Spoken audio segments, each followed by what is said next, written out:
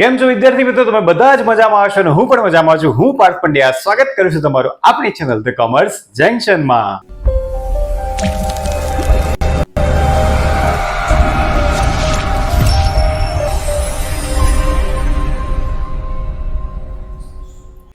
વિદ્યાર્થી મિત્રો, આપણે ટોટલ નવા વિડીયો શરૂ કરવા જઈ રહ્યા છે. ખાસ કરીને 24-25 માટે શરૂઆત કરીશું અકાઉન્ટન્સીથી. પણ આગળ વધતા પહેલા જે લોકો હમણાં જ 11મા ધોરણની પરીક્ષા આપી છે તેઓ માટે 12મું ટોટલી નવું છે.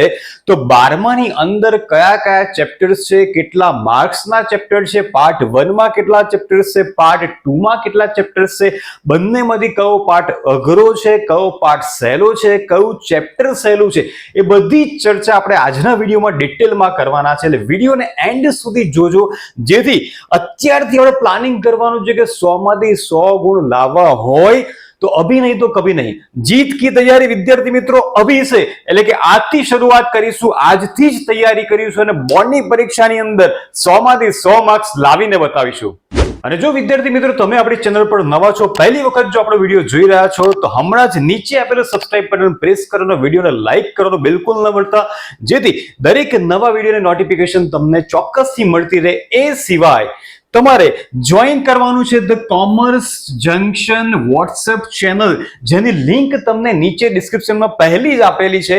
એના ઉપર ક્લિક કરીને વિડીયોને હમણાં પોઝ કરો અને લિંક પર ક્લિક કરીને ફટાફટથી ચેનલને ફોલો કરી દો, જેથી કોમર્સને લગતું દરેક મટીરિયલ, દરેક નવા વિડીયોની નોટિફિકેશન ને જરૂરી બધી જ વસ્તુ જે કંઈ કોમર્સની છે એ તમને વોટ્સએપ ચેનલની અંદર મળી જશે. તો હવે આપણે મેઇન જોઈશું કે 12મા ધોરણની અંદર અને 11મા ધોરણની અંદર સૌથી પહેલા શું ડિફરન્સ છે, 12માનું એકાઉન્ટ કેવું છે, અને પછી આપણે આગળ ચેપ્ટર્સની ચર્ચા કરીએ. તો અહીંયા તમે જોઈ શકો છો એક ત્રાજવું છે અને આ બંને ત્રાજવાની અંદર ધોરણ 11નું વજન વધુ બતાવેલું છે ધોરણ 12ના વજન કરતા. આના પરથી સિમ્પલી તમે સમજી શકો છો કે ધોરણ 12નું જે એકાઉન્ટ છે એ ધોરણ 11ના એકાઉન્ટ કરતા કેવું છે? તો વિદ્યાર્થી મિત્રો ઈઝી છે, એકદમ સહેલું છે. એનો મતલબ એ થયો કે 11મા ધોરણની અંદર જો તમે બહુ નથી ધ્યાન આપ્યું, તેમ છતાં જો આપણા વિડીયો તમે પ્રોપર જોશો તો 12માનું એકાઉન્ટ પણ તમારી માટે એકદમ સરળ, ઈઝી અને સરસ મજાનું થઈ જશે, જેથી તમે સારામાં સારા માર્ક્સ 12માની અંદર સ્કોર કરી શકશો. એટલે મગજની અંદર એક વસ્તુ ફિટ કરી લો કે 11th કરતા 12thનું એકાઉન્ટ એકદમ ઈઝી, સાવ સરળ છે. બધા ચેપ્ટર્સ પ્રેક્ટિકલ્સ છે, થિયરી ઘણી ઓછી છે, એટલે તમને પણ દાખલા કરવાની મજા આવશે. હવે જોઈ લે વિદ્યાર્થી મિત્રો કે જે બે પાર્ટ છે એકાઉન્ટની બુકના, પાર્ટ 1 અને પાર્ટ 2, તો બંને ભાગની અંદર શું છે આપણે ડિટેલમાં જોઈ લઈએ.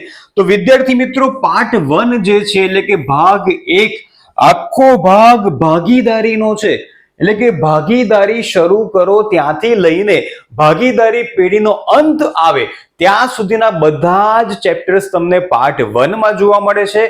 અને પાર્ટ 2ની અંદર આપણે વાત કરવાના છીએ કંપનીની, એટલે કે કંપનીને લગતા જેટલા પણ એકાઉન્ટ્સ છે, જેમ કે શેર મૂડી, ડિબેન્ચર, કંપનીના વાર્ષિક હિસાબો, એ બધું જ તમને પાર્ટ 2ની અંદર જોવા મળશે. એટલે આપણી બુકના બે ભાગ છે. પહેલો જે ભાગ છે એ આખો ભાગીદારી માટે છે અને બીજો જે ભાગ છે આખો કંપની માટે છે. હવે પાર્ટ 1ની અંદર જોઈ લઈએ તો ભાગ 1ની અંદર વિદ્યાર્થી મિત્રો 1 થી લઈને કુલ 7 ચેપ્ટર છે અને બોર્ડની પરીક્ષાની અંદર ઓપ્શન વગર 56 માર્ક્સ કુલ તમને પાર્ટ 1ની બુકમાંથી મળવાના છે અને ઓપ્શન સહિત કુલ 71 માર્ક્સનું બોર્ડની પરીક્ષાની અંદર પાર્ટ 1માંથી પૂછાવાનું છે. હવે ચેપ્ટર વાઇઝ ચર્ચા કરતા જઈએ તો સૌથી પહેલું ચેપ્ટર છે ભાગીદારી વિષય પ્રવેશ. તો એકદમ ઈઝી વસ્તુ છે કે કોઈ પણ વસ્તુને સમજવી હોય, કોઈ પણ સબ્જેક્ટ સમજવો હોય, કોઈ કોન્સેપ્ટ સમજવો હોય, તો એનું બેઝિક નોલેજ આપણને હોવું જોઈએ. તો એ બેઝિક નોલેજ માટે પહેલું ચેપ્ટર છે એટલે કે ભાગીદારી વિષય પ્રવેશ. આની અંદર ભાગીદારી એટલે શું અને ભાગીદારોના પ્રકાર અને મૂડી ખાતા રાખવાની પદ્ધતિઓ, મૂડી ખાતું કઈ રીતના તૈયાર કરવું, બધી જ વસ્તુ ડિટેલમાં પહેલા ચેપ્ટરમાં આપણને આપેલી છે. આ પહેલું ચેપ્ટર કુલ 5 માર્ક્સનું છે. એમાં એક્સ્ટ્રા ઓપ્શન તમને મળવાનો નથી, એટલે 5 માર્ક્સ વિધાઉટ ઓપ્શન અને વિથ ઓપ્શન 5 માર્ક્સ તમને આ ચેપ્ટરમાંથી બોર્ડની પરીક્ષામાં મળશે. ત્યાર પછી ભાગીદારી પેઢીના વાર્ષિક હિસાબો 11 માર્ક્સનું વેરી મોસ્ટ ઇમ્પોર્ટન્ટ ચેપ્ટર. તમે 11th ની અંદર પાર્ટ 2 ની અંદર 5મું ચેપ્ટર ભણ્યા હતા વાર્ષિક હિસાબો, પણ એ એકાકી એટલે કે એકલ વ્યક્તિગત માલિકીની પેઢીના હતા, જ્યારે અહીંયા જે આપણે વાર્ષિક હિસાબ ભણવાના છીએ એ ભાગીદારી પેઢીના વાર્ષિક હિસાબ ભણવાના છીએ. જો એ તમને આવડતા હશે તો આ તમને ઇઝીલી આવડી જશે, કેમ કે વેપાર ખાતું, નફા નુકસાન ખાતું, પાકું શ્રેય તો ફરીથી આવવાનું જ છે, એમાં કશું જ નવું આવવાનું નથી. અને જો કદાચ નથી આવડતું તો આપણે વિડીયો જોઈને ચોક્કસથી તમને આ પણ આવડી જશે. કુલ 11 માર્ક્સનો એક દાખલો સેક્શન F ની અંદર આવવાનો છે વિદ્યાર્થી મિત્રો, એટલે આ ચેપ્ટર તો ખાસ આપણે કરવાનું છે.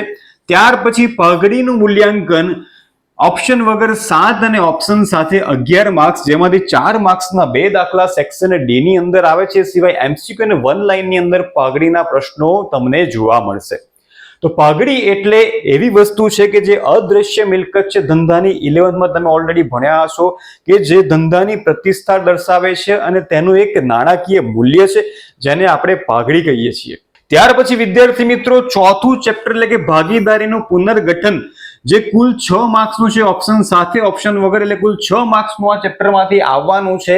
તો પુનર્ગઠન એટલે કે ભાગીદારીમાં કોઈ ચેન્જ આવે છે, જેમ કે 2 ભાગીદાર હોય અને ત્રીજો ભાગીદાર આવે, અથવા 4 ભાગીદાર છે અને એક ભાગીદાર પેઢીમાંથી ઓછો થાય, તો એવા સંજોગોમાં શું કરવું, ભાગીદારીનું પુનઃ મૂલ્યાંકન કઈ રીતના કરવું, એના વિશે આખું ચેપ્ટર છે, એટલે કે ભાગીદારીનું પુનર્ગઠન. ત્યાર પછી ભાગીદારનો પ્રવેશ, અગેન સરસ મજાનું ચેપ્ટર, જેમાંથી 8 માર્ક્સના કુલ 2 દાખલા સેક્શન E ની અંદર આવશે, જે વિધાઉટ ઓપ્શન 10 માર્ક્સ અને વિથ ઓપ્શન 18 માર્ક્સનું આ ચેપ્ટર છે. બહુ સરસ મજાનું ચેપ્ટર છે. ચોથા ચેપ્ટરમાં આપણે પુનઃ મૂલ્યાંકન ખાતું એ બધું શીખશું. એનો જ બેઝ લઈને આપણે પ્રવેશ અને નિવૃત્તિ ચેપ્ટરના દાખલા ઇઝીલી ગણી શકશું. એટલે કે જ્યારે પેઢીની અંદર એક નવો ભાગીદાર ચાલુ પેઢીમાં જોડાય છે તો એની માટે કયા કયા ખાતા તૈયાર કરવાના છે, પેઢીમાં શું ચેન્જ આવશે, ભાગીદારીમાં શું ચેન્જ આવશે, એ વિશે આખું ચેપ્ટર છે અને બહુ ઈઝી ચેપ્ટર છે. 8 માર્ક્સના કુલ 2 દાખલા એટલે કે 16 માર્ક્સના દાખલા ચેપ્ટર નંબર 5 માંથી તમને જોવા મળશે.